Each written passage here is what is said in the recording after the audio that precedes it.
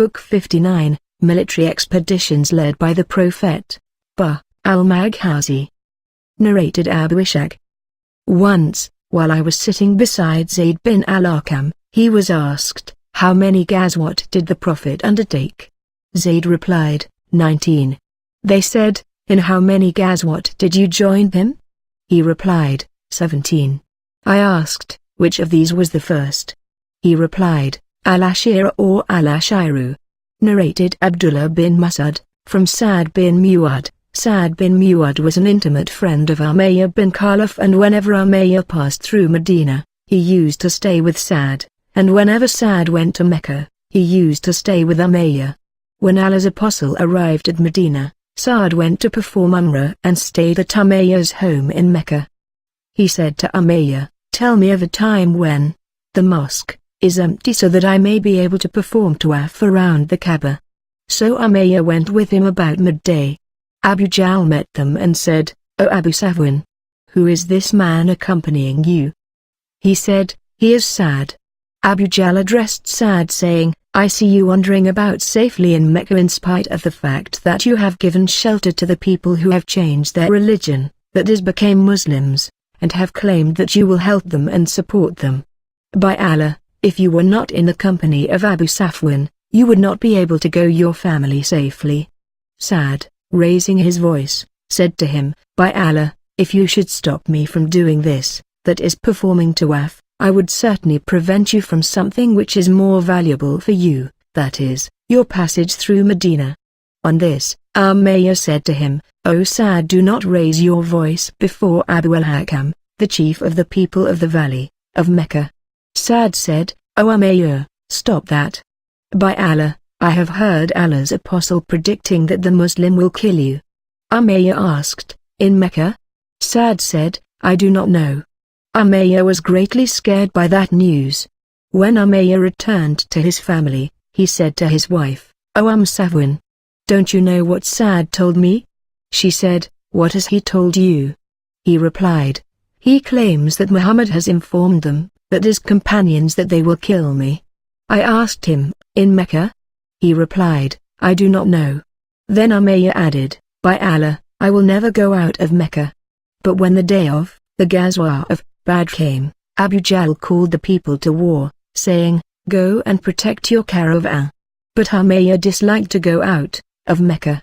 Abu Jahl came to him and said, O Abu Safwan, if the people see you staying behind though you are the chief of the people of the valley, then they will remain behind with you.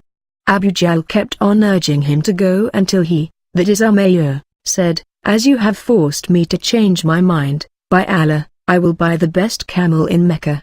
Then Umayyah said, to his wife, O Safwan, prepare what I need for the journey.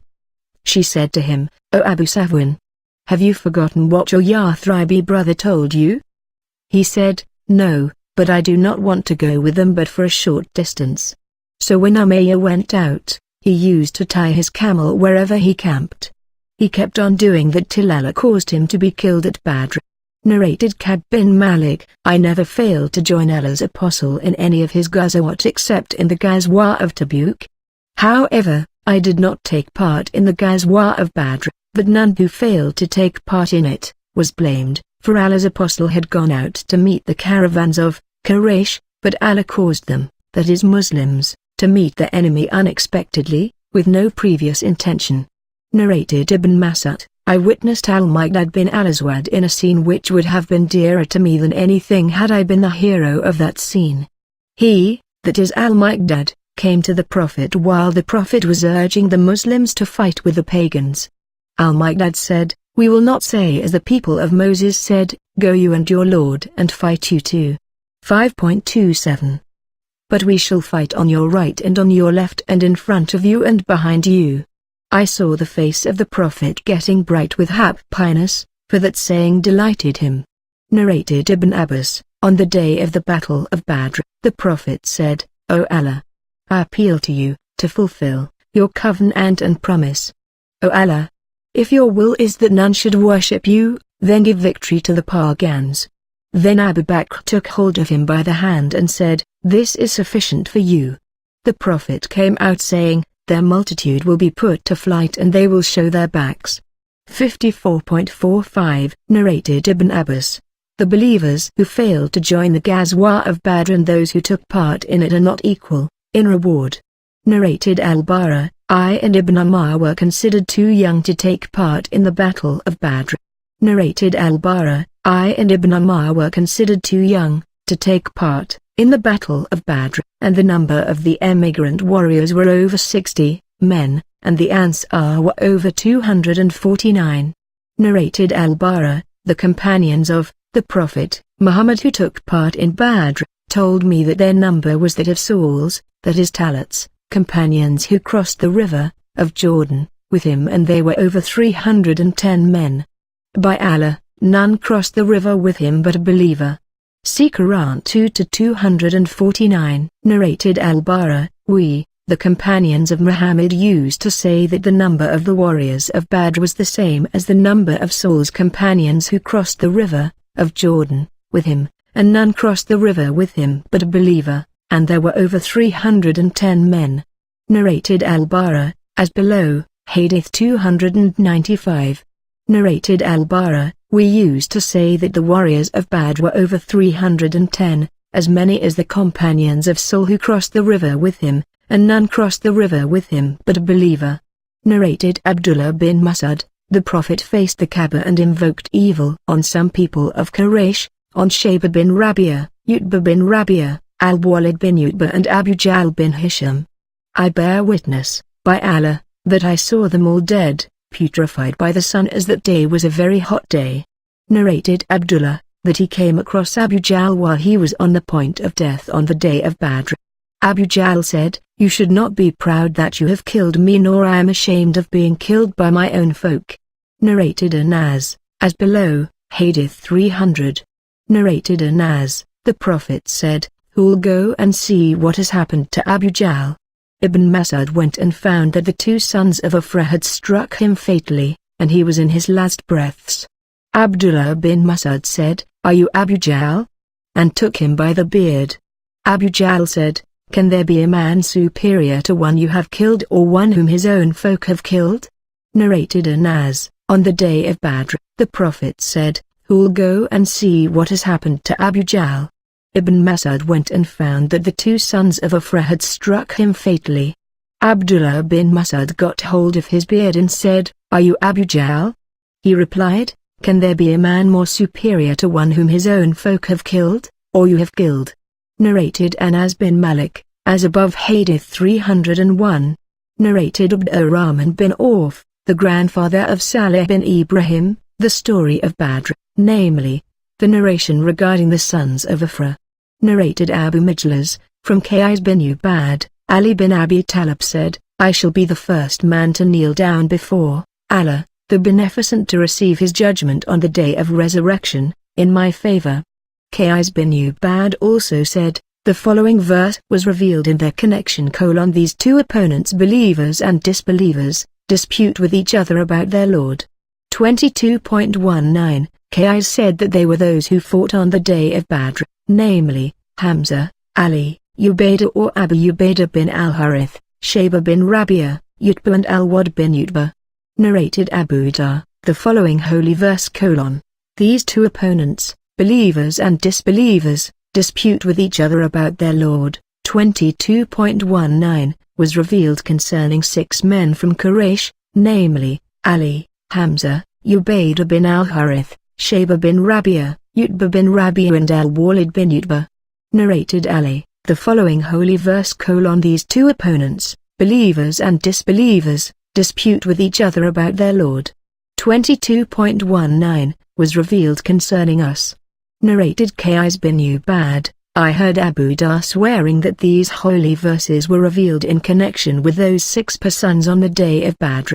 Narrated Qais, I heard Abu Dar swearing that the following holy verse: "These two opponents, believers and disbelievers, disputing with each other about their Lord." 22.19 was revealed concerning those men who fought on the day of Badr, namely, Hamza, Ali, Ubaidah bin al-Harith, Utbah and Shayba, the two sons of Rabi'a and al-Walid bin Utbah. Narrated Abu Ishaq, A man asked Al-Bara, and I was listening, did Ali take part in the Battle of Badr? Al-Bara said, yes.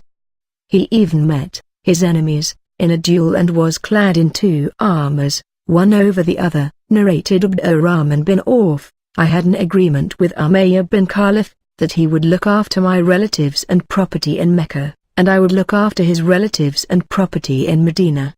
Abdurrahman then mentioned the killing of Umayyah and his son on the day of Badr, and Bilal said, woe to me if Umayyah remains safe, that is alive. Narrated Abdullah, the Prophet recited Surat an-Najm and then prostrated himself, and all who were with him prostrated too. But an old man took a handful of dust and touched his forehead with it, saying, this is sufficient for me. Later on I saw him killed as an infidel. Narrated Urwa, the son of Az-Zubair. Az-Zubair had 3 scars caused by the sword, one of which was over his shoulder and I used to insert my fingers in it. He received 2 of those wounds on the day of Badr and 1 on the day of Al-Yarmouk. When Abdullah bin Zubair was killed, Abdul Malik bin Marwan said to me, O Urwa, do you recognize the sword of Az-Zubair? I said, yes. He said, what marks does it have? I replied, it has a dent in its sharp edge which was caused in it on the day of Badr. Abdul Malik said, you are right. That is, their swords have dents because of clashing with the regiments of the enemies. Then Abdul Malik returned that sword to me, that is Urwa. Hisham, Urwa's son, said, we estimated the price of the sword as 3,000 dinars, and after that it was taken by one of us, that is the inheritors, and I wish I could have had it. Narrated Hisham, that his father said, the sword of Az-Zubair was decorated with silver. Hisham added, the sword of Urwa was, also, decorated with silver. Narrated Urwa, on the day of the Battle of Al-Yarmouk, the companions of Allah's Apostle said to Az-Zubair, will you attack the enemy so that we shall attack them with you? Az-Zubair replied, if I attack them, you people would not support me. They said, no, we will support you. So Az-Zubair attacked them, that is Byzantine, and pierced through their lines, and went beyond them, and none of his companions was with him. Then he returned and the enemy got hold of the bridle of his horse, and struck him 2 blows, with the sword, on his shoulder. Between these 2 wounds there was a scar caused by a blow he had received on the day of Badr battle. When I was a child I used to play with those scars by putting my fingers in them. On that day, my brother, Abdullah bin Az-Zubair, was also with him and he was 10 years old. Az-Zubair had carried him on a horse and led him to the care of some men. Narrated Abu Talha, on the day of Badr, the Prophet ordered that the corpses of 24 leaders of Quraysh should be thrown into one of the dirty dry wells of Badr. It was a habit of the Prophet that whenever he conquered some people, he used to stay at the battlefield for 3 nights. So, on the 3rd day of the Battle of Badr, he ordered that his she-camel be saddled. Then he set out, and his companions followed him, saying among themselves, definitely he, that is the Prophet, is proceeding for some great purpose. When he halted at the edge of the well, he addressed the corpses of the Quraysh infidels by their names and their fathers' names, O so-and-so, son of so-and-so, and O so-and-so, son of so-and-so. Would it have pleased you if you had obeyed Allah and His Apostle? We have found true what our Lord promised us. Have you too found true what your Lord promised you? Ammar said, O Allah's Apostle, you are speaking to bodies that have no souls. Allah's Apostle said, by him in whose hand Muhammad's soul is, you do not hear what I say better than they do.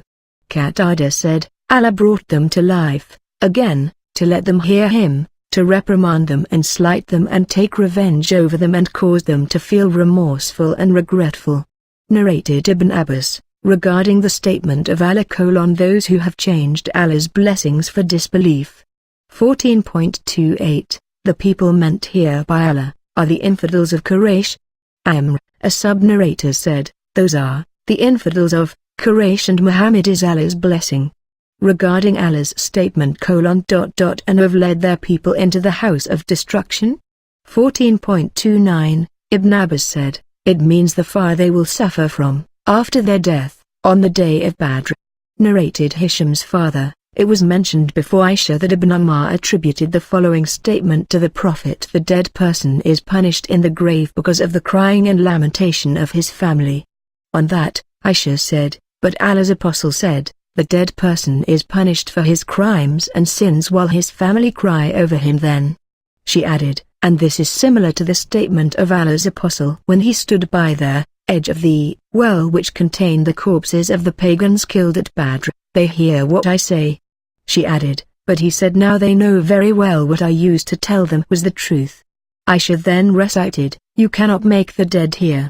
30.52, and you cannot make those who are in their graves hear you. 35.22, that is, when they had taken their places in their hell fire. Narrated Ibn Umar, the Prophet stood at the well of Badr, which contained the corpses of the pagans, and said, have you found true what your Lord promised you? Then he further said, they now hear what I say. This was mentioned before Aisha and she said, but the Prophet said, now they know very well that what I used to tell them was the truth. Then she recited, the holy verse, you cannot make the dead hear ... till the end of verse. 30.52, narrated an-Nadir, Haritha was martyred on the day of the Battle of Badr, and he was a young boy then. His mother came to the Prophet and said, O Allah's Apostle, you know how dear Haritha is to me. If he is in paradise, I shall remain patient, and hope for reward from Allah, but if it is not so, then you shall see what I do. He said, may Allah be merciful to you. Have you lost your senses? Do you think there is only one paradise? There are many paradises and your son is in their most superior paradise of Al-Firdaus. Narrated Ali, Allah's Apostle sent me, Abu Marthad and Az-Zubair, and all of us were riding horses, and said, go till you reach Road at Cook where there is a pagan woman carrying a letter from Hatib bin Abi Baltua to the pagans of Mecca. So we found her riding her camel at the place which Allah's Apostle had mentioned. We said to her, give us the letter. She said, I have no letter. Then we made her camel kneel down and we searched her, but we found no letter. Then we said, Allah's Apostle had not told us a lie, certainly. Take out the letter, otherwise we will strip you naked. When she saw that we were determined, she put her hand below her waist belt, for she had tied her cloak round her waist, and she took out the letter, and we brought her to Allah's Apostle. Then Umar said, O Allah's Apostle, this Hatib has betrayed Allah, his Apostle and the believers. Let me cut off his neck. The Prophet asked Hatib, what made you do this? Hatib said, by Allah, I did not intend to give up my belief in Allah and his Apostle, but I wanted to have some influence among their Mecca people so that through it, Allah might protect my family and property. There is none of your companions but has some of his relatives through whom Allah protects his family and property. The Prophet said, he has spoken the truth, do no say to him but good. Umar said, he has betrayed Allah, his Apostle and the faithful believers. Let me cut off his neck.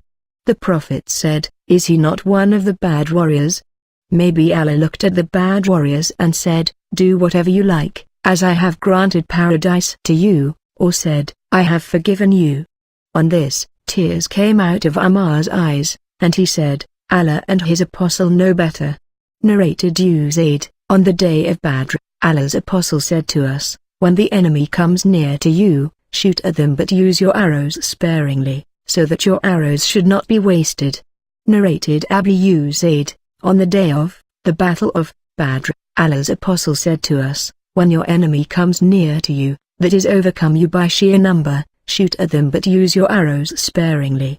Narrated Al-Bara bin Azib, on the day of Uhud the Prophet appointed Abdullah bin Jubair as chief of the archers, and 70 among us were injured and martyred. On the day of the Battle of Badr, the Prophet and his companions had inflicted 140 casualties on the pagans, 70 were taken prisoners, and 70 were killed.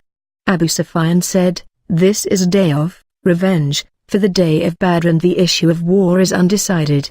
Narrated Abu Musa, that the Prophet said, the good is what Allah gave us later on, after Uhud, and the reward of truthfulness is what Allah gave us after the day of the Battle of Badr.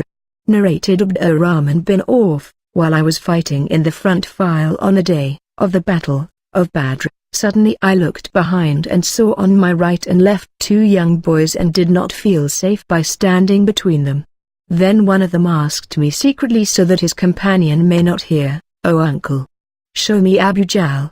I said, "Oh nephew, what will you do to him?" He said, "I have promised Allah that if I see him, that is Abu Jahl, I will either kill him or be killed before I kill him." Then the other said the same to me secretly so that his companion should not hear. I would not have been pleased to be in between 2 other men instead of them. Then I pointed him, that is Abu Jahl, out to them.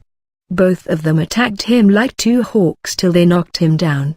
Those 2 boys were the sons of Afra, that is an Ansari woman. Narrated Abu Hurairah, Allah's apostle sent out 10 spies under the command of Asim bin Thabit al-Ansari, the grandfather of Asim bin Ammar al-Khattab.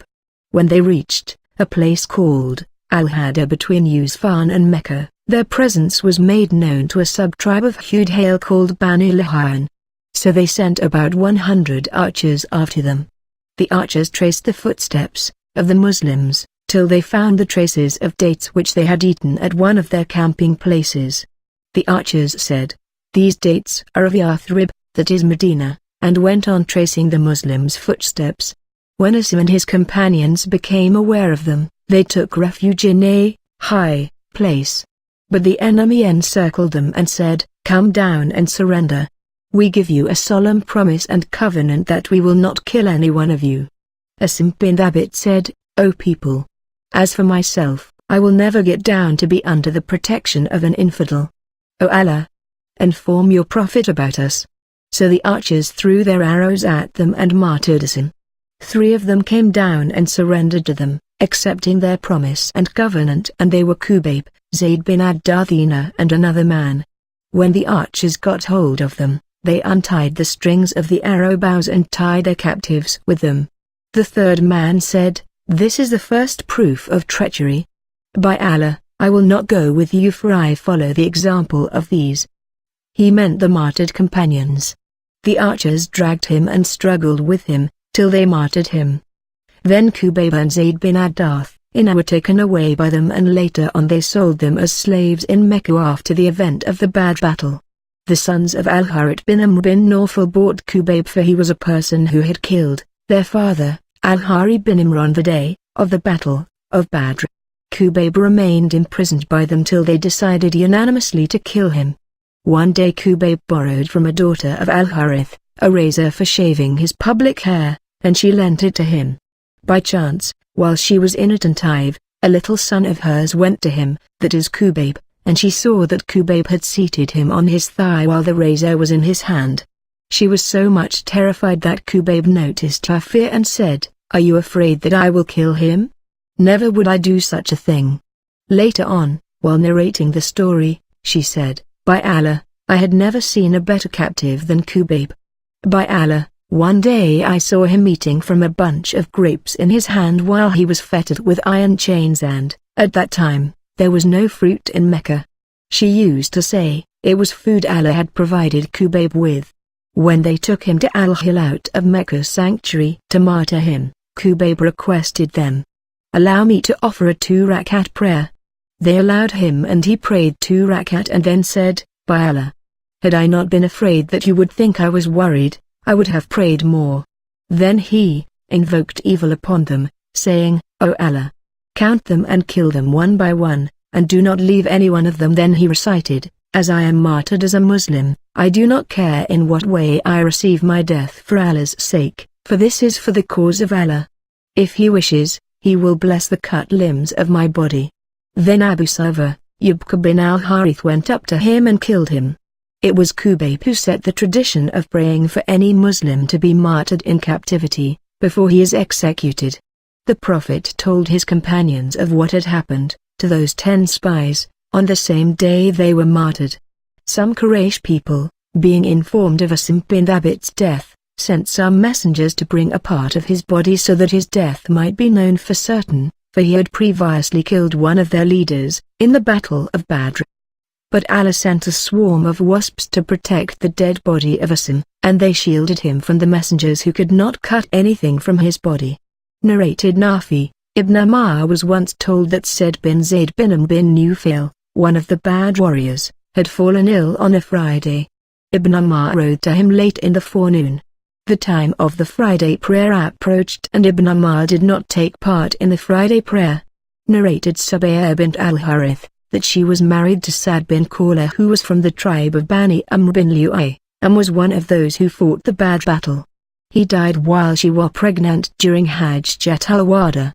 Soon after his death, she gave birth to a child. When she completed the term of deliver, that is became clean, she prepared herself for suitors. Abu as-Sanabal bin Bakak, a man from the tribe of Bani Abdul called on her and said to her, "What? I see you dressed up for the people to ask you in marriage. Do you want to marry? By Allah, you are not allowed to marry unless 4 months and 10 days have elapsed after your husband's death." Subayya in her narration said, "When he, that is Abu as-Sanabal, said this to me, I put on my dress in the evening and went to Allah's apostle and asked him about this problem. He gave the verdict that I was free to marry as I had already given birth to my child and ordered me to marry if I wished." Narrated Rifa, who was one of the bad warriors, Gabriel came to the Prophet and said, "How do you look upon the warriors of Badr among yourselves?" The Prophet said, "As the best of the Muslims," or said a similar statement. On that, Gabriel said, "And so are the angels who participated in the Badr battle." Narrated Muad bin Rifa'a bin Rafi, Rifa'a was one of the warriors of Badr while his father, Rafi, was one of the people of Al-Aqaba, that is those who gave the pledge of allegiance at Al-Aqaba. Rafi used to say to his son, "I would not have been happier if I had taken part in the Badr battle instead of taking part in the Aqaba pledge." Narrated Muad, the one who asked the Prophet, was Gabriel. Narrated Ibn Abbas, the Prophet said on the day of the Battle of Badr, "This is Gabriel holding the head of his horse and equipped with arms for the battle." Narrated Anas, Abu Zayd died and did not leave any offspring, and he was one of the bad warriors. Narrated Ibn Abbas, Abu Said bin Malik al-Qadri returned from a journey and his family offered him some meat of sacrifices offered at Yadalada. On that he said, "I will not eat it before asking whether it is allowed." He went to his maternal brother, Qatada bin Nu'ayman, who was one of the bad warriors, and asked him about it. Qatada said, "After your departure, an order was issued by the Prophet concerning the prohibition of eating sacrifices after 3 days." Narrated Awa, as Zubair said, "I met Ubaidah bin Said bin Al-As on the day of the Battle of Badr and he was covered with armor, so much that only his eyes were visible. He was surnamed Abadat al-Karish. He said, proudly, 'I'm Abu al-Karish. I attacked him with the spear and pierced his eye and he died. I put my foot over his body to pull that spear out, but even then I had to use a great force to take it out as its both ends were bent.'" Awa said, "Later on Allah's apostle asked Az-Zubair for the spear and he gave it to him. When Allah's apostle died, Az-Zubair took it back. After that Abu Bakr demanded it and he gave it to him, and when Abu Bakr died, Az-Zubair took it back. Ammar then demanded it from him and he gave it to him. When Ammar died, Az-Zubair took it back, and then Uthman demanded it from him and he gave it to him. When Uthman was martyred, the spear remained with Ali's offspring. Then Abdullah bin Az-Zubair demanded it back, and it remained with him till he was martyred." Narrated Ubadah bin Az-Samit, who was one of the bad warriors, Allah's apostle said, "Give me the pledge of allegiance."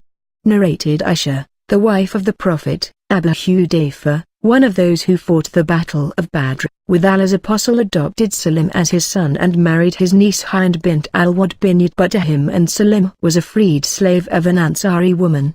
Allah's apostle also adopted Zayd as his son. In the pre-Islamic period of ignorance the custom was that, if one adopted a son, the people would call him by the name of the adopted father whom he would inherit as well, till Allah revealed, "Call them, adopted sons, by the names of their fathers."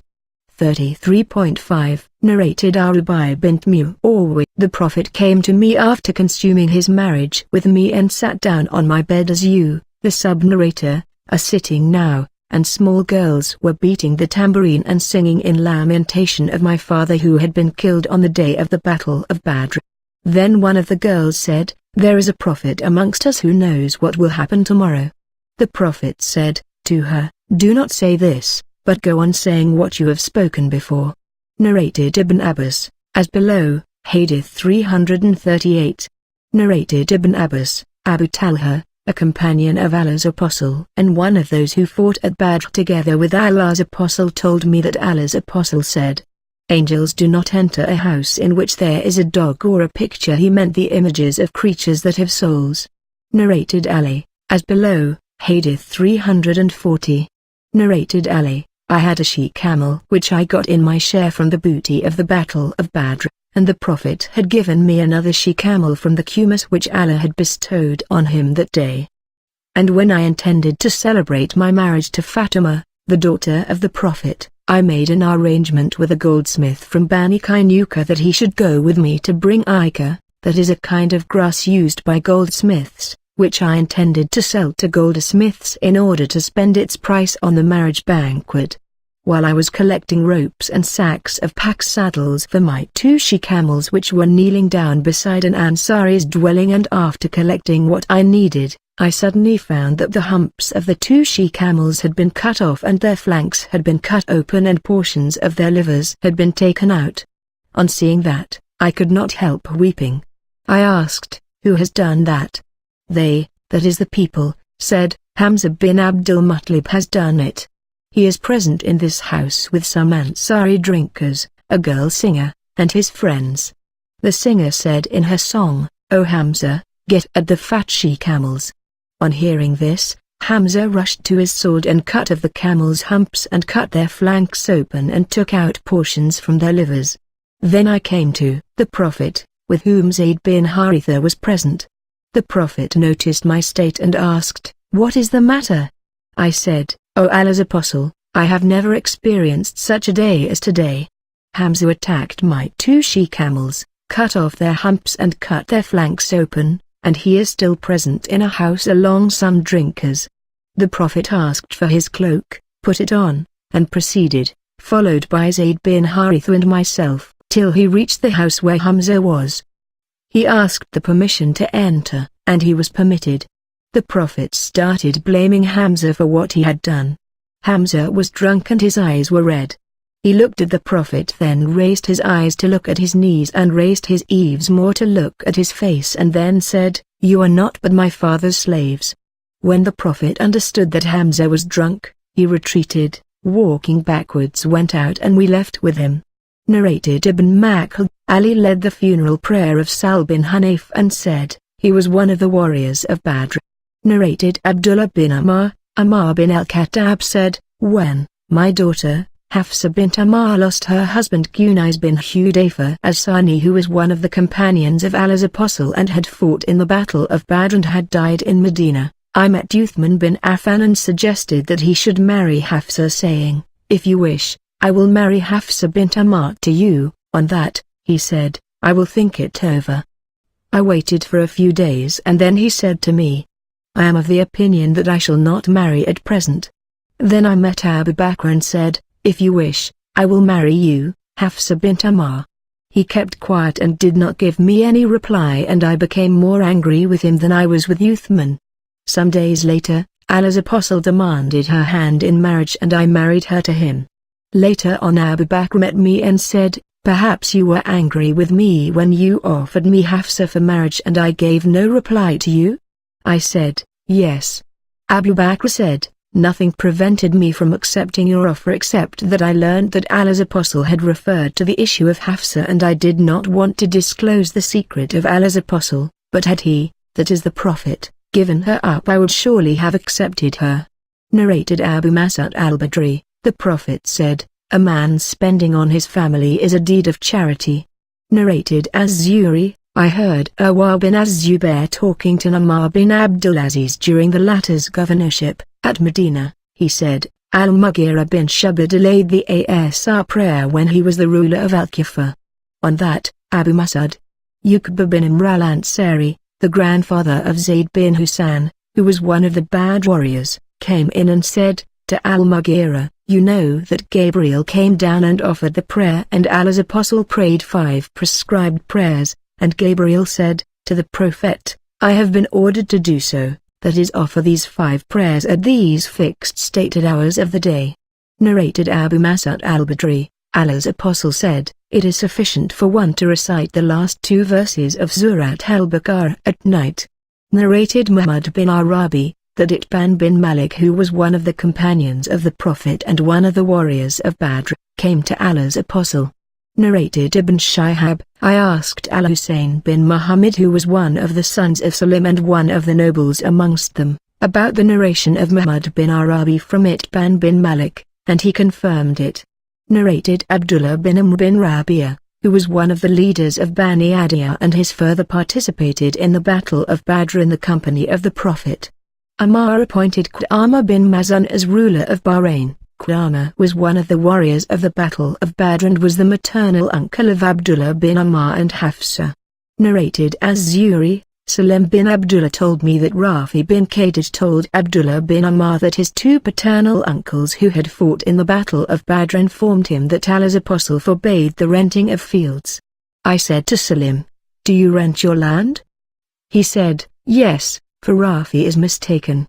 Narrated Abdullah bin Shaddad bin al-Had al-Thi, I saw Rifa'a bin Rafi al-Ansari, who was a bad warrior.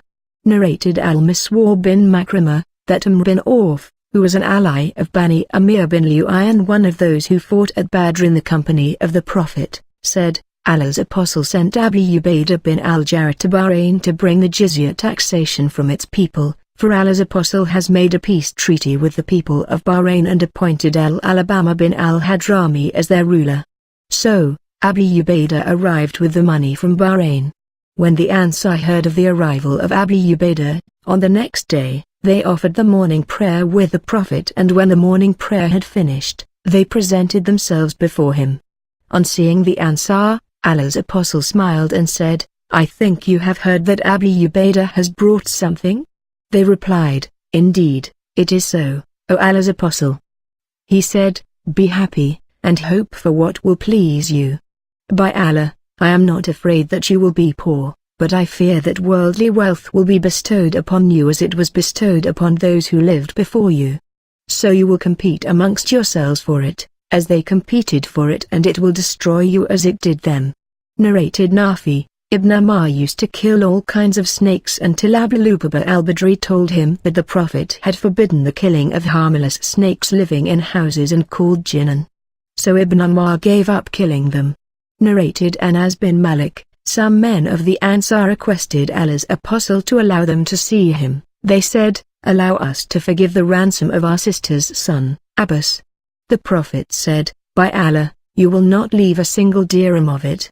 Narrated Ubaydullah bin Adi bin al-Qiyar, that al-Miqdad bin Amr al-Kindi, who was an ally of Bani Zura and one of those who fought the Battle of Badr together with Allah's apostle, told him that he said to Allah's apostle, "Suppose I met one of the infidels and we fought, and he struck one of my hands with his sword and cut it off and then took refuge in a tree and said, I surrender to Allah, that is I have become a Muslim, could I kill him, O Allah's apostle?" After he had said this, Allah's apostle said, "You should not kill him." Al-Miqdad said, "O Allah's apostle, but he had cut off one of my 2 hands, and then he had uttered those words." Allah's apostle replied, "You should not kill him, for if you kill him, he would be in your position where you had been before killing him, and you would be in his position where he had been before uttering those words." Narrated Anas, Allah's apostle said on the day of Badr, "Who'll go and see what has happened to Abu Jahl?" Ibn Mas'ud went and saw him struck by the 2 sons of Afra and was on the point of death. Ibn Mas'ud said, "Are you Abu Jahl?" Abu Jahl replied, "Can there be a man more superior to the one whom you have killed?" Or as Sulayman said, "Or his own folk have killed."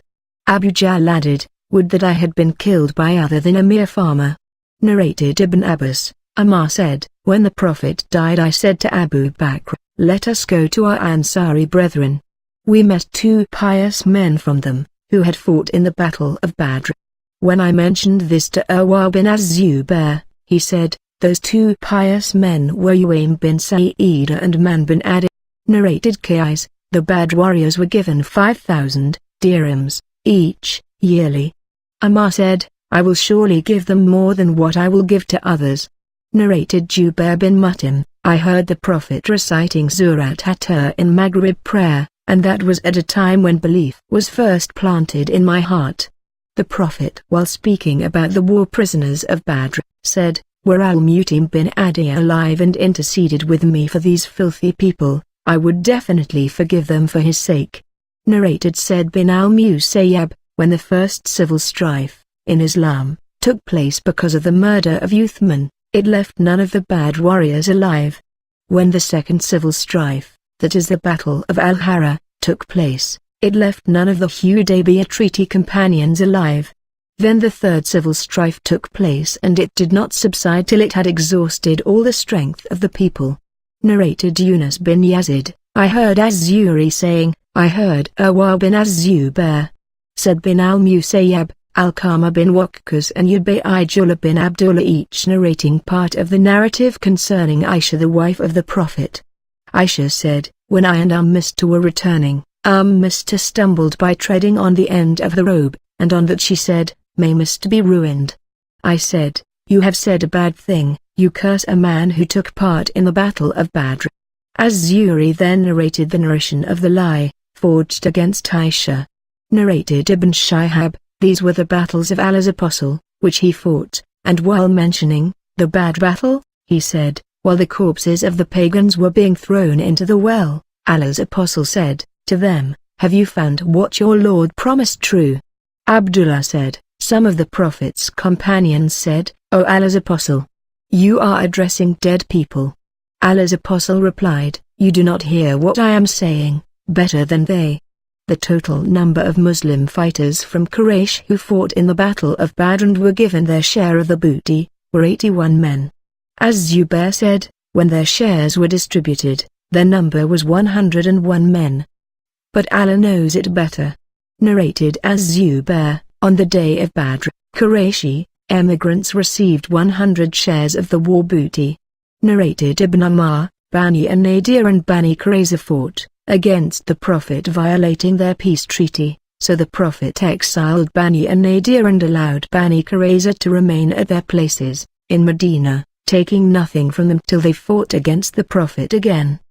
He then killed their men and distributed their women, children and property among the Muslims, but some of them came to the Prophet and he granted them safety, and they embraced Islam. He exiled all the Jews from Medina. They were the Jews of Bani Qaynuqa, the tribe of Abdullah bin Salam and the Jews of Bani Haritha and all the other Jews of Medina. Narrated Said bin Jubair, I mentioned to Ibn Abbas Surat Hashr. He said, call it Surat an-Nadir. Narrated Anas bin Malik, some people used to allot some date palm trees to the Prophet as gift till he conquered Bani Qurayza and Bani an-Nadir, whereupon he started returning their date palms to them. Narrated Ibn Ammar, Allah's Apostle had the date palm trees of Bani al-Nadir burnt and cut down at a place called al-Bawara. Allah then revealed, what you cut down of the date palm trees, of the enemy, or you left them standing on their stems. It was by Allah's permission. 59.5 Narrated Ibn Ammar, the Prophet burnt the date palm trees of Bani an-Nadir. Hassan bin Abit said the following poetic verses about this event: the terrible burning of al-Bawara has been received indifferently by the nobles of Bani Lu'ay, the masters and nobles of Quraysh. Abu Sufyan bin al-Harith, that is the Prophet's cousin who was still a disbeliever then, replied to Hussein, saying in poetic verses: May Allah bless that burning and set all its, that is Medina's, parts on burning fire.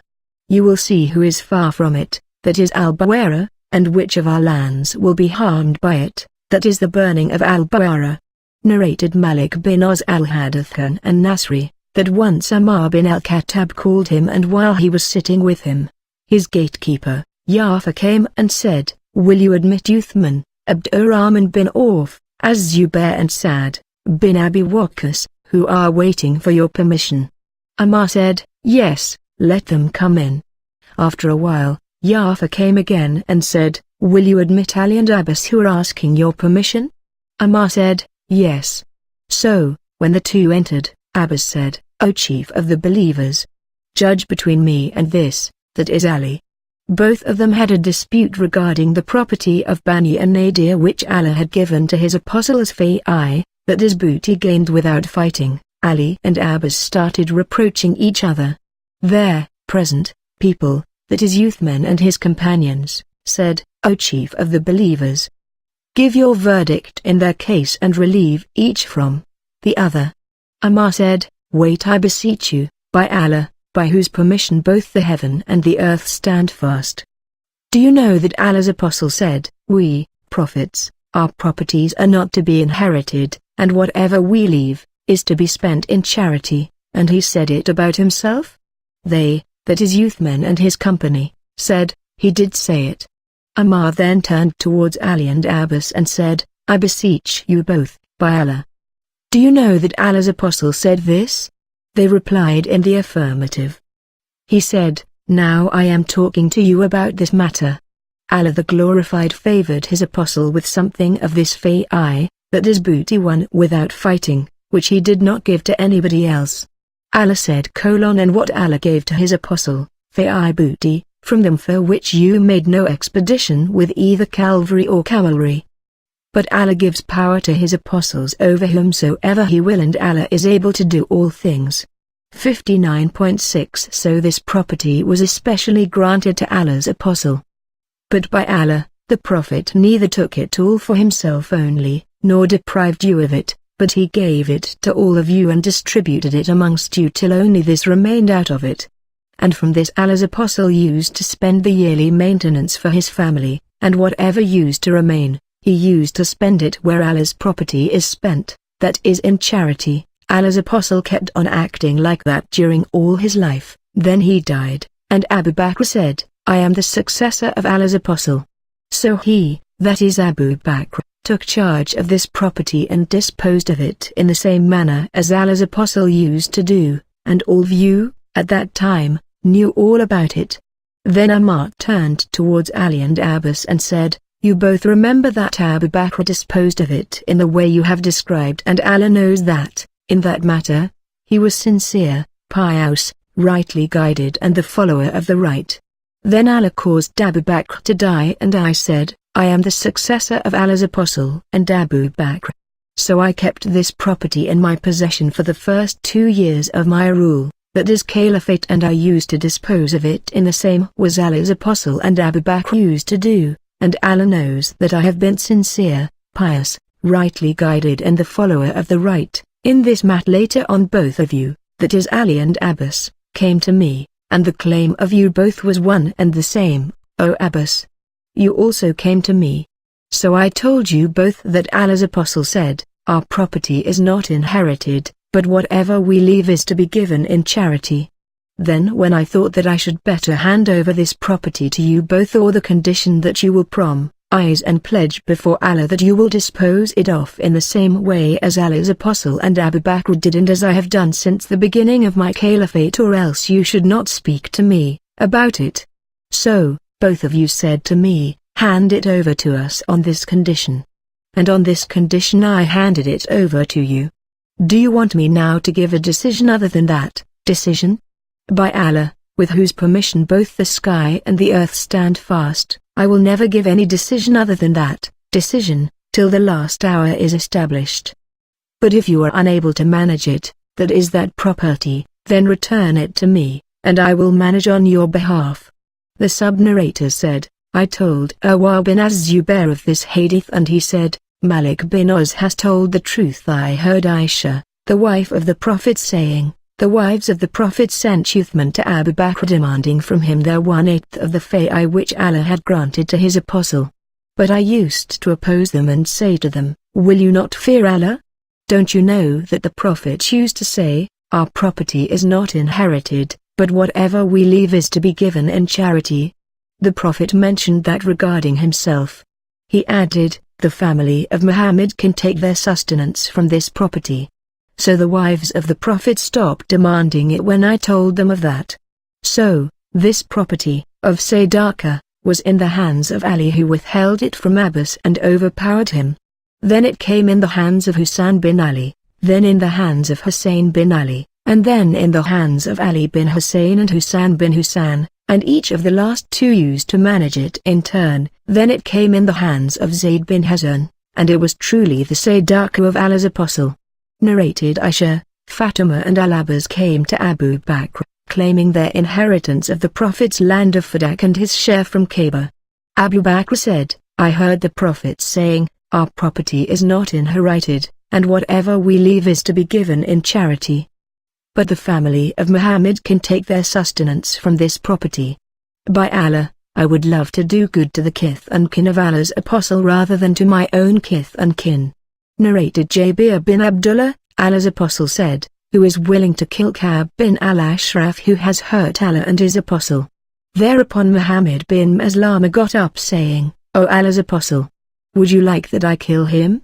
The Prophet said, yes. Muhammad bin Maslama said, then allow me to say a false thing, that is to deceive Ka'b. The Prophet said, you may say it. Then Muhammad bin Maslama went to Ka'b and said, that man, that is Muhammad, demands Sadaqah, that is zakat, from us, and he has troubled us, and I have come to borrow something from you. On that, Ka'b said, by Allah, you will get tired of him. Muhammad bin Maslama said, now as we have followed him, we do not want to leave him unless and until we see how his end is going to be. Now we want you to lend us a camel load or two of food. Some difference between narrators about a camel load or two. Ka'b said, yes, I will lend you, but you should mortgage something to me. Muhammad bin Maslama and his companion said, what do you want? Ka'b replied, mortgage your women to me. They said, how can we mortgage our women to you, and you are the most handsome of the Arabs? Ka'b said, then mortgage your sons to me. They said, how can we mortgage our sons to you? Later they would be abused by the people saying that so and so has been mortgaged for a camel load of food. That would cause us great disgrace, but we will mortgage our arms to you. Muhammad bin Maslama and his companion promised Ka'b that Muhammad would return to him. He came to Ka'b at night along with Ka'b's foster brother, Abdullah. Ka'b invited them to come into his fort, and then he went down to them. His wife asked him, where are you going at this time? Ka'b replied, none but Muhammad bin Maslama and my foster brother Abdullah have come. His wife said, I hear a voice as if dropping blood is from him. Ka'b said, they are none but my brother Muhammad bin Maslama and my foster brother Abdullah. A generous man should respond to a call at night even if invited to be killed. Muhammad bin Maslama went with two men. Some narrators mention the men as Abu bin Jabr, Al-Harith bin Oz and Abad bin Bishr. So Muhammad bin Maslama went in together with two men, and sailed to them. When Ka'b comes, I will touch his hair and smell it, and when you see that I have got hold of his head, strip him. I will let you smell his head. Ka'b bin al-Ashraf came down to them wrapped in his clothes, and diffusing perfume. Muhammad bin Maslama said, have never smelt a better scent than this. Ka'b replied, I have got the best Arab women who know how to use the high class of perfume. Muhammad bin Maslama requested Ka'b, will you allow me to smell your head? Ka'b said, yes. Muhammad smelt it and made his companions smell it as well. Then he requested Ka'b again, will you let me smell your head? Ka'b said, yes. When Muhammad got a strong hold of him, he said to his companions, get at him. So they killed him and went to the Prophet and informed him. Abu Rafi was killed after Ka'b bin al-Ashraf. Narrated Al-Bara bin Azib, Allah's apostle sent a group of persons to Abu Rafi. Abdullah bin Atik entered his house at night, while he was sleeping, and killed him. Narrated Al-Bara bin Azib, Allah's apostle sent some men from the Ansar to kill Abu Rafi, the Jew, and appointed Abdullah bin Atik as their leader. Abu Rafi used to hurt Allah's apostle and help his enemies against him. He lived in his castle in the land of Hijaz. When those men approached the castle, after the sun had set and the people had brought back their livestock to their homes. Abdullah bin Atik said to his companions, "Sit down at your places. I am going, and I will try to play a trick on the gatekeeper so that I may enter the castle." So Abdullah proceeded towards the castle, and when he approached the gate, he covered himself with his clothes, pretending to answer the call of nature. The people had gone in, and the gatekeeper considered Abdullah as one of the castle's servants, addressing him saying, "O Allah's servant, enter if you wish, for I want to close the gate." Abdullah added in his story, "So I went in the castle, and hid myself. When the people got inside, the gatekeeper closed the gate and hung the keys on a fixed wooden peg. I got up and took the keys and opened the gate. Some people were staying late at night with Abu Rafi for a pleasant night chat in a room of his. When his companions of nightly entertainment went away, I ascended to him, and whenever I opened a door, I closed it from inside. I said to myself, should these people discover my presence, they will not be able to catch me till I have killed him. So I reached him and found him sleeping in a dark house amidst his family. I could not recognize his location in the house. So I shouted, 'O Abu Rafi!' Abu Rafi said, 'Who is it?' I proceeded towards the source of the voice and hit him with the sword, and because of my perplexity, I could not kill him. He cried loudly, and I came out of the house and waited for a while, and then went to him again and said, 'What is this voice, O Abu Rafi?' He said, 'Woe to your mother! A man in my house has hit me with a sword.' I again hit him severely, but I did not kill him. Then I drove the point of the sword into his belly, and pressed it through, till it touched his back, and I realized that I have killed him. I then opened the doors one by one till I reached the staircase, and thinking that I had reached the ground, I stepped out and fell down and got my leg broken in a moonlit night. I tied my leg with a turban and proceeded on till I sat at the gate, and said, 'I will not go out tonight till I know that I have killed him.' So, when, early in the morning, the cock crowed, the announcer of the casualty stood on the wall saying, 'I announce the death of Abu Rafi, the merchant of Hijaz.' Thereupon I went to my companions and said, 'Let us save ourselves, for Allah has killed Abu Rafi.' So I, along with my companions, proceeded and went to the Prophet and described the whole story to him. He said, 'Stretch out your broken leg.' I stretched it out and he rubbed it and it became all right as if I had never had any ailment whatsoever." Narrated Al-Bara, Allah's Apostle sent Abdullah bin Atik and Abdullah bin Utbah with a group of men to Abu Rafi, to kill him. They proceeded till they approached his castle, whereupon Abdullah bin Atik said to them, "Wait here, and in the meantime I will go and see." Abdullah said later on, "I played the trick in order to enter the castle. By chance, they lost a donkey of theirs and came out carrying a flaming light to search for it. I was afraid that they would recognize me, so I covered my head and legs and pretended to answer the call to nature. The gatekeeper called, 'Whoever wants to come in, should come in before I close the gate.' So I went in and hid myself in a stall of a donkey near the gate of the castle. They took their supper with Abu Rafi and had a chat till late at night. Then they went back to their homes. When the voices vanished and I no longer detected any movement, I came out. I had seen where the gatekeeper had kept the key of the castle in a hole in the wall. I took it and unlocked the gate of the castle, saying to myself, if these people should notice me, I will run away easily. Then I locked all the doors of their houses from outside while they were inside, and ascended to Abu Rafi by a staircase. I saw the house in complete darkness with its light off, and I could not know where the man was. So I called, 'O Abu Rafi!' He replied, 'Who is it?' I proceeded towards the voice and hit him. He cried loudly but my blow was futile. Then I came to him, pretending to help him, saying with a different tone of my voice, 'What is wrong with you, O Abu Rafi?' He said, 'Are you not surprised? Woe on your mother! A man has come to me and hit me with a sword.' So again I aimed at him and hit him, but the blow proved futile again, and on that Abu Rafi cried loudly and his wife got up. I came again and changed my voice as if I were a helper, and found Abu Rafi lying straight on his back, so I drove the sword into his belly and bent on it till I heard the sound of a bone break.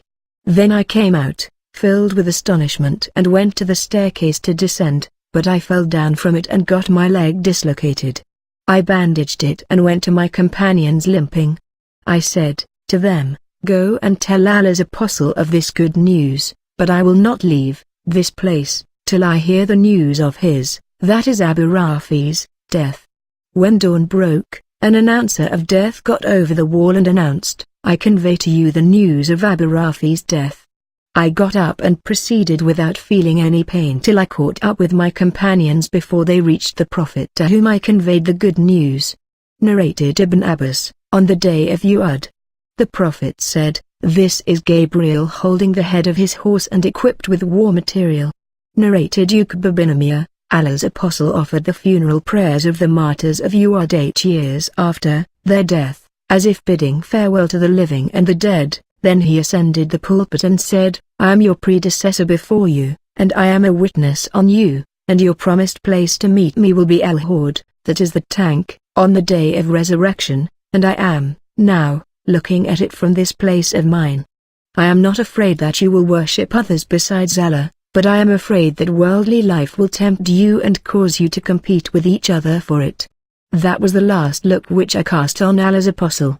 Narrated Al-Bara, we faced the pagans on that day, of the Battle of Uhud, and the Prophet placed a batch of archers, at a special place, and appointed Abdullah, bin Jubair, as their commander and said, "Do not leave this place, and if you should see us conquering the enemy, do not leave this place, and if you should see them conquering us, do not come to help us." So, when we faced the enemy, they took to their heel till I saw their women running towards the mountain, lifting up their clothes from their legs, revealing their leg bangles.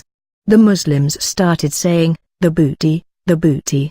Abdullah bin Jubair said, "The Prophet had taken a firm promise from me not to leave this place."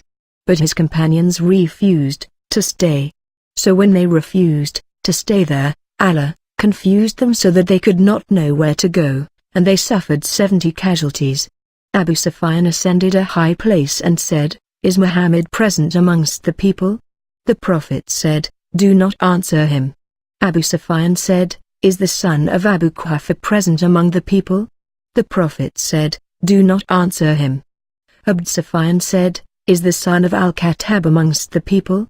He then added, "All these people have been killed, for, were they alive, they would have replied." On that, Ammar could not help saying, "You are a liar, O enemy of Allah.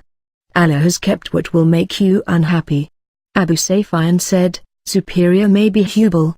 On that the Prophet said, to his companions, "Reply to him." They asked, "What may we say?" He said, "Say, Allah is more elevated and more majestic." Abu Sufyan said, "We have the idol, Al-Uzza, whereas you have no Uzza."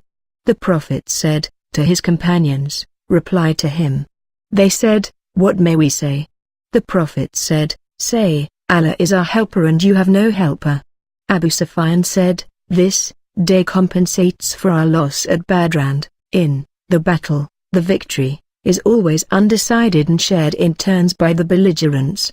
You will see some of your dead men mutilated, but neither did I urge this action, nor am I sorry for it." Narrated Jabir, some people took wine in the morning of the day of Uhud and were then killed as martyrs. Narrated Sa'd bin Ibrahim, a meal was brought to Abdurrahman bin Auf while he was fasting. He said, "Mus'ab bin Ammar was martyred, and he was better than I, yet he was shrouded in a burda, that is a sheet, so that, if his head was covered, his feet became naked, and if his feet were covered, his head became naked." Abdurrahman added, "Hamza was martyred and he was better than one. Then worldly wealth was bestowed upon us and we were given thereof too much. We are afraid that the reward of our deeds have been given to us in this life." Abdurrahman then started weeping so much that he left the food. On the day of the Battle of Uhud, a man came to the Prophet and said, "Can you tell me where I will be if I should get martyred?" The Prophet replied, "In paradise." The man threw away some dates he was carrying in his hand, and fought till he was martyred.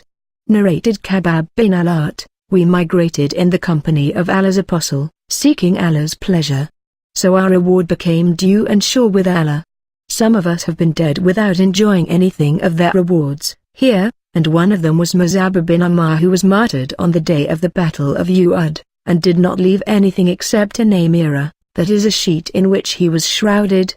If we covered his head with it, his feet became naked, and if we covered his feet with it, his head became naked.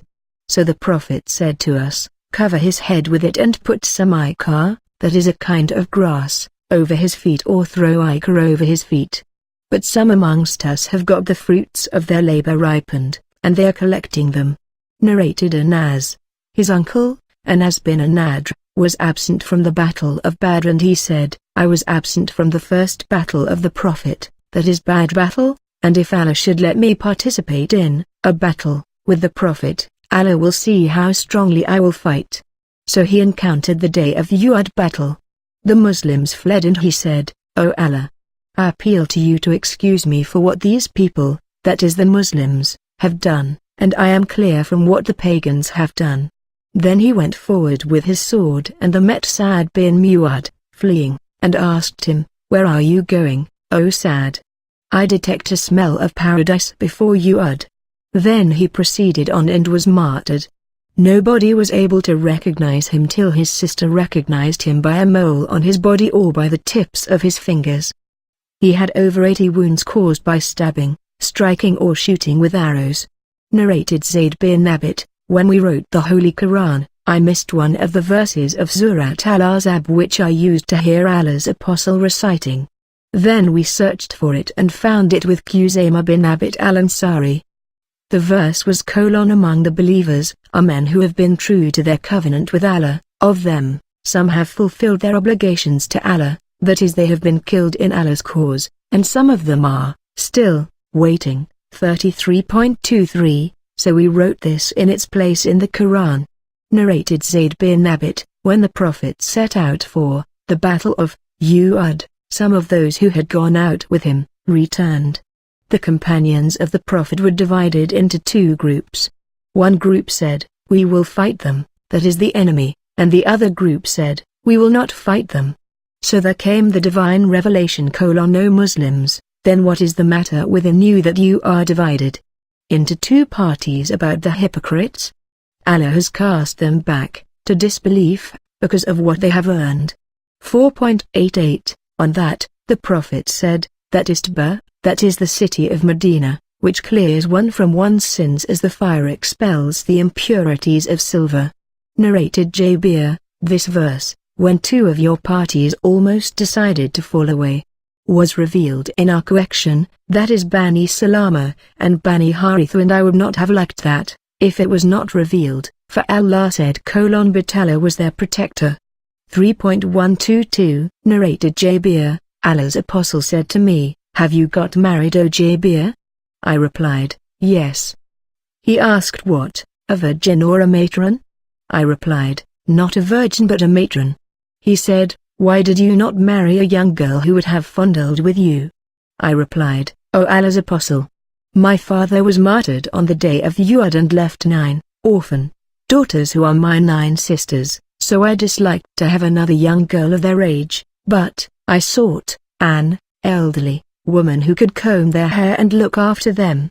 The Prophet said, You have done the right thing. Narrated Jabir bin Abdullah, that his father was martyred on the day of the Battle of Uhud and was in debt and left 6 orphan daughters. Jabir added, When the season of plucking the dates came, I went to Allah's Apostle and said, You know that my father was martyred on the day of Uhud, and he was heavily in debt, and I would like that the creditors should see you. The Prophet said, Go and pile every kind of dates apart. I did so and called him, that is the Prophet. When the creditors saw him, they started claiming their debts from me then in such a harsh manner, as they had never done before. So when he saw their attitude, he went round the biggest heap of dates thrice, and then sat over it and said, O Jabir, call your companions, that is the creditors. Then he kept on measuring, and giving, to the creditors, their due, till Allah paid all the debt of my father. I would have been satisfied to retain nothing of those dates for my sisters after Allah had paid the debts of my father. But Allah saved all the heaps of dates, so that when I looked at the heap where the Prophet had been sitting, it seemed as if a single date had not been taken away thereof. Narrated Sa'd bin Abi Waqqas, I saw Allah's apostle on the day of the Battle of Uhud accompanied by 2 men fighting on his behalf. They were dressed in white and were fighting as bravely as possible. I had never seen them before, nor did I see them later on. Narrated Sa'd bin Abi Waqqas, the Prophet took out a quiver of arrows for me on the day of Uhud and said, "Throw arrows, let my father and mother be sacrificed for you." Narrated Sa'd, Allah's apostle mentioned both his father and mother for me on the day of the Battle of Uhud. Narrated Ibn al-Musayyab, Sa'd bin Abi Waqqas said, Allah's apostle mentioned both his father and mother for me on the day of the Battle of Uhud. He meant when the Prophet said to Sa'd, while the latter was fighting, "Let my father and mother be sacrificed for you." Narrated Ali, I have never heard the Prophet mentioning both his father and mother for anybody other than Sa'd. Narrated Ali, I have never heard the Prophet mentioning his father and mother for anybody other than Sa'd bin Malik. I heard him saying on the day of Uhud, "O Sa'd, throw arrows. Let my father and mother be sacrificed for you." Narrated Mutamir's father, Uthman said that on the day of the Battle of Uhud, none remained with the Prophet but Talha and Sa'd. Narrated Usayd bin Yazid, I have been in the company of Abdurrahman bin Auf, Talha bin Ubaydullah, Al-Miqdad and Sa'd, and I heard none of them narrating anything from the Prophet excepting the fact that I heard Talha narrating about the day of Uhud battle. Narrated Qais, I saw Talha's paralyzed hand with which he had protected the Prophet on the day of Uhud. Narrated Anas, when it was the day of Uhud, the people left the Prophet while Abu Talha was in front of the Prophet shielding him with his leather shield. Abu Talha was a skillful archer who used to shoot violently. He broke 2 or 3 arrow bows on that day. If a man carrying a quiver full of arrows passed by, the Prophet would say to him, "Scatter its contents for Abu Talha." The Prophet would raise his head to look at the enemy, whereupon Abu Talha would say, "Let my father and mother be sacrificed for you. Do not raise your head, lest an arrow of the enemy should hit you. Let my neck be struck, rather than your neck." I saw Aisha, the daughter of Abu Bakr, and Sulaim rolling up their dresses so that I saw their leg bangles while they were carrying water skins on their backs and emptying them in the mouths of the wounded people. They would return to refill them and again empty them in the mouths of the wounded people. The sword fell from Abu Talha's hand twice or thrice on that day. Narrated Aisha, when it was the day of Uhud, the pagans were defeated. Then Satan, Allah's curse be upon him, cried loudly, "O Allah's worshippers, beware of what is behind."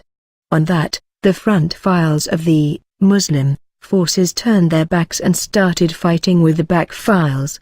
Hudayfa looked, and on seeing his further alderman, he shouted, "O Allah's worshippers, my father, my father." But by Allah, they did not stop till they killed him. Hudayfa said, "May Allah forgive you." The sub-narrator, Urwa, said, "By Allah." Hudayfa continued asking Allah's forgiveness for the killers of his father till he departed to Allah, that is died. Narrated Uthman bin Muhammad, a man came to perform the Hajj to Allah's house. Seeing some people sitting, he said, "Who are these sitting people?" Somebody said, "They are the people of Quraysh." He said, "Who is the old man?" They said, "Ibn Umar." He went to him and said, "I want to ask you about something, will you tell me about it? I ask you with the respect due to the sanctity of this sacred house, do you know that Uthman bin Affan fled on the day of Uhud?" Ibn Umar said, "Yes." He said, "Do you know that he, that is Uthman, was absent from the Badr battle, and did not join it?" Ibn Umar said, "Yes." He said, "Do you know that he failed to be present at the Ridwan Pledge of Allegiance, that is Pledge of Allegiance at Hudaybiyah, and did not witness it?"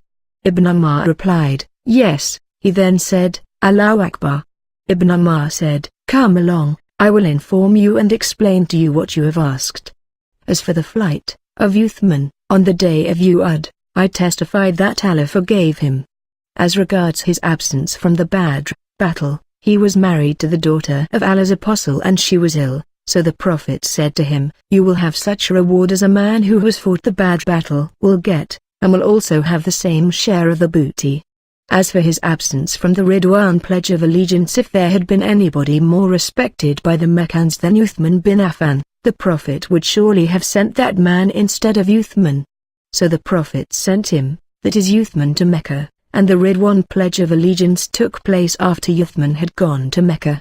The Prophet raised his right hand saying, "This is the hand of Uthman," and clapped it over his other hand and said, "This is for Uthman." Ibn Umar then said to the man, "Go now," after taking this information. Narrated Al-Bara bin Azib. The Prophet appointed Abdullah bin Jubair as the commander of the cavalry archers on the day of the Battle of Uhud. Then they returned defeated, and that what is referred to by Allah's statement: and the Apostle, Muhammad, in your rear was calling you. 3.153 Narrated Salim's father, that he heard Allah's Apostle, when raising his head from bowing of the first rak'ah of the morning prayer, saying, "O Allah, curse so-and-so and so-and-so," after he had said, "Allah hears him who sends his praises to him. Our Lord, all the praises are for you. So Allah revealed: not for you, O Muhammad." Till the end of verse. They are indeed wrongdoers. 3.128 Salim bin Abdullah said Allah's Apostle used to invoke evil upon Safwan bin Umayyah, Suhail bin Imr and Al-Harith bin Hisham. So the verse was revealed: not for you, O Muhammad. Till the end of verse, for they are indeed wrongdoers. 3.128 Narrated Thalaba bin Abi Malik, Ammar bin al-Khattab distributed woolen clothes amongst some women of Medina, and a nice woolen garment remained.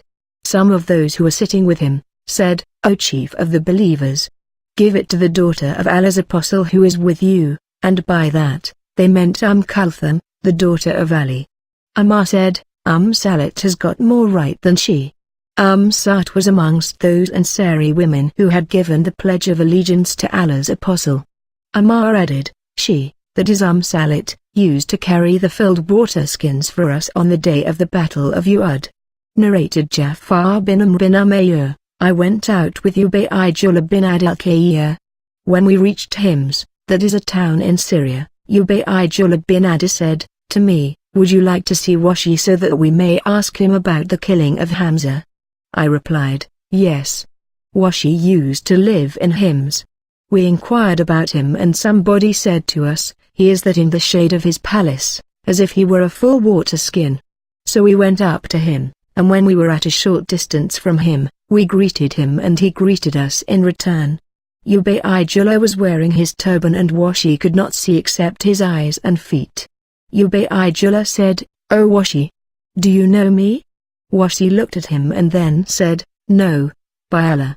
But I know that Adi bin al-Qiyar married a woman called Kaital, the daughter of Abu Aliz, and she delivered a boy for him at Mecca, and I looked for a wet nurse for that child. Once, I carried that child along with his mother and then I handed him over to her, and your feet resemble that child's feet."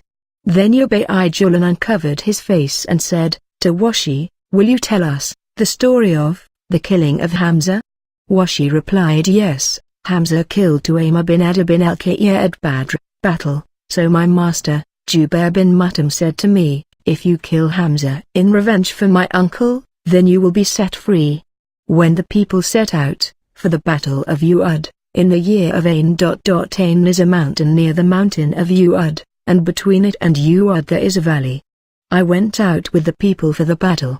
When the army aligned for the fight, Siba came out and said, 'Is there any Muslim to accept my challenge to a duel?'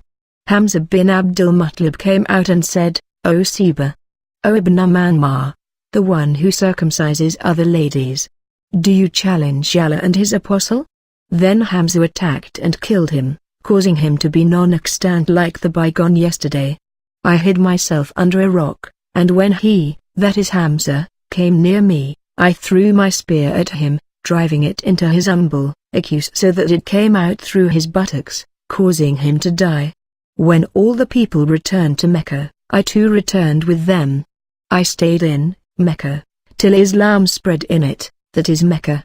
Then I left for Tf, and when the people of Tf sent their messengers to Allah's apostle, I was told that the Prophet did not harm the messengers, so I too went out with them till I reached Allah's apostle. When he saw me, he said, "Are you Washi?" I said, "Yes." He said, "Was it you who killed Hamza?" I replied, "What happened is what you have been told of." He said, "Can you hide your face from me?" So I went out when Allah's apostle died, and Musaylama al-Kadhab appeared, claiming to be a prophet. I said, "I will go out to Musaylama so that I may kill him, and make amends for killing Hamza." So I went out with the people, to fight Musaylama and his followers, and then famous events took place concerning that battle. Suddenly I saw a man, that is Musaylama, standing near a gap in a wall. He looked like an ash-colored camel and his hair was disheveled. So I threw my spear at him, driving it into his chest in between his breasts till it passed out through his shoulders, and then an Ansari man attacked him and struck him on the head with a sword. Abdullah bin Ammar said, a slave girl on the roof of a house said, "Alas! The chief of the believers, that is Musaylama, has been killed by a black slave." Narrated Abu Hurairah, Allah's apostle, pointing to his broken canine tooth, said, "Allah's wrath has become severe on the people who harmed his prophet. Allah's wrath has become severe on the man who is killed by the apostle of Allah in Allah's cause." Narrated Ibn Abbas, Allah's wrath became severe on him whom the prophet had killed in Allah's cause. Allah's wrath became severe on the people who caused the face of Allah's prophet to bleed. Narrated Abu Hazim, that he heard Sal bin Sa'd being asked about the wounds of Allah's apostle saying, "By Allah, I know who washed the wounds of Allah's apostle and who poured water for washing them, and with what he was treated." Sal added, "Fatima, the daughter of Allah's apostle, used to wash the wounds, and Ali bin Abi Talib used to pour water from a shield. When Fatima saw that the water aggravated the bleeding, she took a piece of a mat, burnt it, and inserted its ashes into the wound so that the blood was congealed, and bleeding stopped. His canine tooth got broken on that day, and face was wounded, and his helmet was broken on his head." Narrated Ibn Abbas, Allah's wrath gets severe on a person killed by a prophet, and Allah's wrath became severe on him who had caused the face of Allah's apostle to bleed. Narrated Aisha, regarding the holy verse, those who responded to the call of Allah and the apostle Muhammad, after being wounded, for those of them who did good deeds and refrained from wrong, there is a great reward. 3.172 She said to Urwa, "O my nephew, your father, Az-Zubair and Abu Bakr were amongst them, that is those who responded to the call of Allah and the apostle on the day of the Battle of Uhud. When Allah's apostle suffered what he suffered on the day of Uhud and the pagans left, the prophet was afraid that they might return. So he said, Who'll go on their, that is pagans, track? He then selected 70 men from amongst them, for this purpose. The sub-narrator added, Abu Bakr and Az-Zubair were amongst them. Narrated Qatada, we do not know of any tribe amongst the Arab tribes who lost more martyrs than Al-Ansar, and they will have superiority on the day of resurrection. Anas bin Malik told us that 70 from the Ansar were martyred on the day of Uhud, and 70 on the day of the Battle of Badr, and 70 on the day of Al-Yamama. Anas added, the Battle of Badr took place during the lifetime of Allah's apostle, and the Battle of Al-Yamama during the caliphate of Abu Bakr, and it was the day when Musaylama al-Kadhab was killed. Narrated Jabir bin Abdullah, Allah's apostle used to shroud 2 martyrs of Uhud in one sheet and then say, which of them knew Quran more? When one of the 2 was pointed out, he would put him first in the grave. Then he said, I will be a witness for them on the day of resurrection. He ordered them to be buried with their blood on their bodies. Neither was the funeral prayer offered for them, nor were they washed. Jabir added, when my father was martyred, I started weeping and uncovering his face. The companions of the Prophet stopped me from doing so, but the Prophet did not stop me. Then the Prophet said, O Jabir, don't weep over him, for the angels kept on covering him with their wings till his body was carried away, for burial. Narrated Abu Musa, the Prophet said, I saw in a dream that I moved a sword and its blade got broken, and that symbolized the casualties which the believers suffered on the day of Uhud. Then I moved it again, and it became as perfect as it had been, and that symbolized the conquest of Mecca, which Allah helped us to achieve, and the union of all the believers. I, also, saw cows in the dream, and what Allah does is always beneficial. Those cows appeared to symbolize the faithful believers, who were martyred on the day of Uhud. Narrated Kabab, we migrated with the Prophet for Allah's cause, so our reward became due with Allah. Some of us passed away, that is died, without enjoying anything from their reward, and one of them was Mus'ab bin Umair who was killed, that is martyred, on the day of Uhud. He did not leave behind except a sheet of striped woolen cloth. If we covered his head with it, his feet became naked, and if we covered his feet with it, his head became naked. The Prophet said to us, cover his head with it and put taika, that is a kind of grass, over his feet, or said, put some ichor over his feet. But some of us have got their fruits ripened, and they are collecting them. Narrated Anas, the Prophet said, this is a mountain that loves us and is loved by us. Narrated Anas bin Malik, when the mountain of Uhud appeared before Allah's apostle he said, this is a mountain that loves us and is loved by us. O Allah! Abraham made Mecca a sanctuary, and I have made Medina, that is the area between its two mountains, a sanctuary as well. Narrated Uqba, one day the Prophet went out and offered the funeral prayer for the people, that is martyrs, of Uhud as he used to offer a funeral prayer for any dead person, and then, after returning, he ascended the pulpit and said, I am your predecessor before you, and I am a witness upon you, and I am looking at my tank just now, and I have been given the keys of the treasures of the world, or the keys of the world. By Allah, I am not afraid that you will worship others besides Allah after me, but I am afraid that you will compete with each other for the pleasures of this world.